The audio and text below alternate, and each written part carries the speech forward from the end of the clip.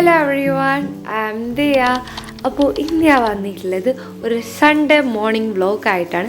സത്യത്തിൽ ഈ video Holiday Inn my life എടുത്ത് തുടങ്ങിയതാണ്. എനിക്ക് റിക്വസ്റ്റ് വന്നിട്ടുണ്ടായിരുന്നു, അപ്പോൾ അതെടുത്ത് തുടങ്ങിയതാണെങ്കിലും പിന്നീട് ഇത് സൺഡേ മോർണിംഗ് വ്ലോഗ് മാത്രമായി മാറിയിട്ടുണ്ട്. അപ്പോൾ അത് ഞാൻ രാവിലെ എണീച്ചിട്ടുണ്ട്. മദ്രസ ഉണ്ടായതുകൊണ്ട് തന്നെ 5:30 ഞാൻ എണീച്ചിന്. അപ്പോൾ വീടൊന്നാകെ നിശബ്ദതയാണ്, എല്ലാവരും കിടന്നുറങ്ങാണ്.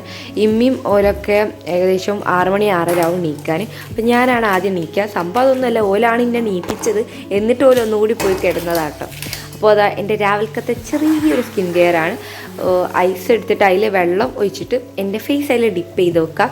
ഇത് ഞാനിപ്പം 1-2 മാസമായി, 1-2 മാസമല്ല 1-1.5 മാസമായി ഇപ്പോൾ ചെയ്യാറുണ്ട് ഞാൻ.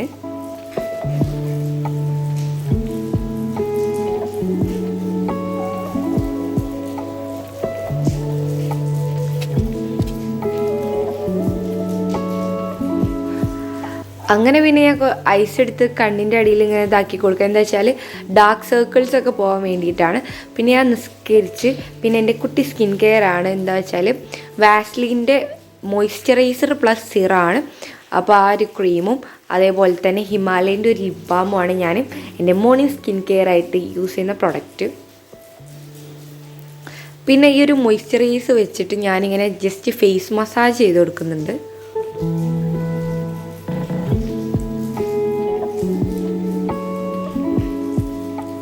അപ്പം ഇനി നമുക്ക് മദ്രസയിലോട്ട് പോകാൻ വേണ്ടി മാറ്റാം. അപ്പോൾ പർദ്ദയും ബ്ലാക്ക് പർദ്ദയും അതേപോലെ തന്നെ വൈറ്റ് ഷോളോ അല്ലെങ്കിൽ മഫ്തയോ അങ്ങനെ എന്തെങ്കിലും അതെന്ന് വെച്ചാൽ വൈറ്റ് ഷോളാണ് ഞങ്ങളെ യൂണിഫോം മദ്രസയിലുള്ള. അപ്പോൾ ഞാൻ ഷോളാണ് ഞാൻ ഇടാറ്, അത് വെച്ചിട്ട് ചുറ്റിടാറാണ്. അപ്പോൾ അത് നിൽക്കാൻ വേണ്ടി ഞാൻ തൊപ്പിയിട്ട് കൊടുക്കുകയാണ്. ഞങ്ങളവിടെയൊക്കെ തൊപ്പി സ്കാഫ് എന്നൊക്കെയാണ് ഈ സംഭവത്തിന് പറയുന്നത്. ഇതിൻ്റെ ശരിക്കത്തെ പേരെന്താണെന്നൊന്നും എനിക്കറിയില്ല. അപ്പോൾ ഞാൻ ഏതായാലും ആ സംഭവം ഇട്ട് കാണിച്ചാൽ ഷോൾ നല്ലപോലെ നിൽക്കണമെങ്കിൽ അത് വേണം. അപ്പം ഞാൻ പിന്നെ എൻ്റെ ഒരു ചെറിയൊരു ഹിജാബ് സ്റ്റൈലാണ്. ഞാൻ ഇങ്ങനെയാണ് പൊതുവേ മദ്രസയിലോട്ട് ഇടാറ്.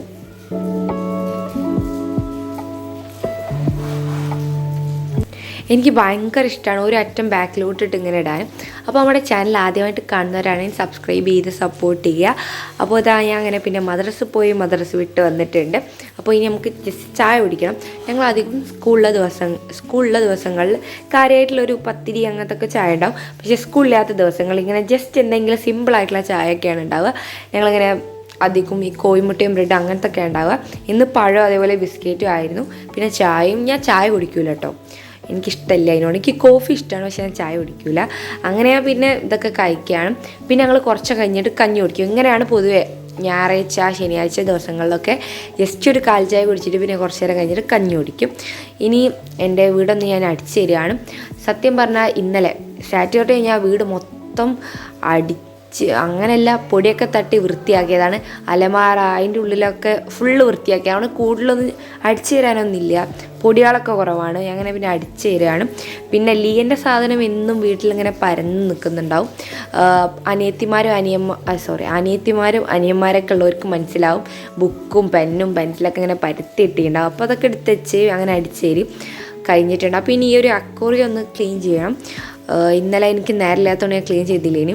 ഇന്നലെ മിഞ്ഞാന്ന് ഇതിന് മുമ്പുള്ള ദിവസങ്ങളൊക്കെ ഭയങ്കര മഴയായിരുന്നു. പക്ഷേ ഇന്ന് നല്ല വെയിലുണ്ട്. അതുകൊണ്ട് ഇമ്മൊക്കെ തിരുമ്പിയതായിട്ട് ഇങ്ങനെ പായാണ് ചിക്കാൻ വേണ്ടിയിട്ട്.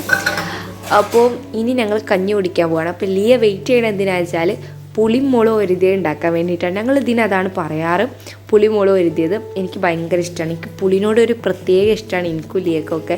ഞങ്ങൾ വെറുതെ ഇരിക്കുമ്പോൾ ഇങ്ങനെ എടുത്തെടുത്ത് തിന്നും. നല്ലതല്ല എന്നറിയാം, പക്ഷെ എന്നാലും ഇഷ്ടം കൊണ്ട് തിന്നും. അങ്ങനെ പിന്നെ ഞങ്ങൾ കഞ്ഞി കുടിക്കുകയാണ്.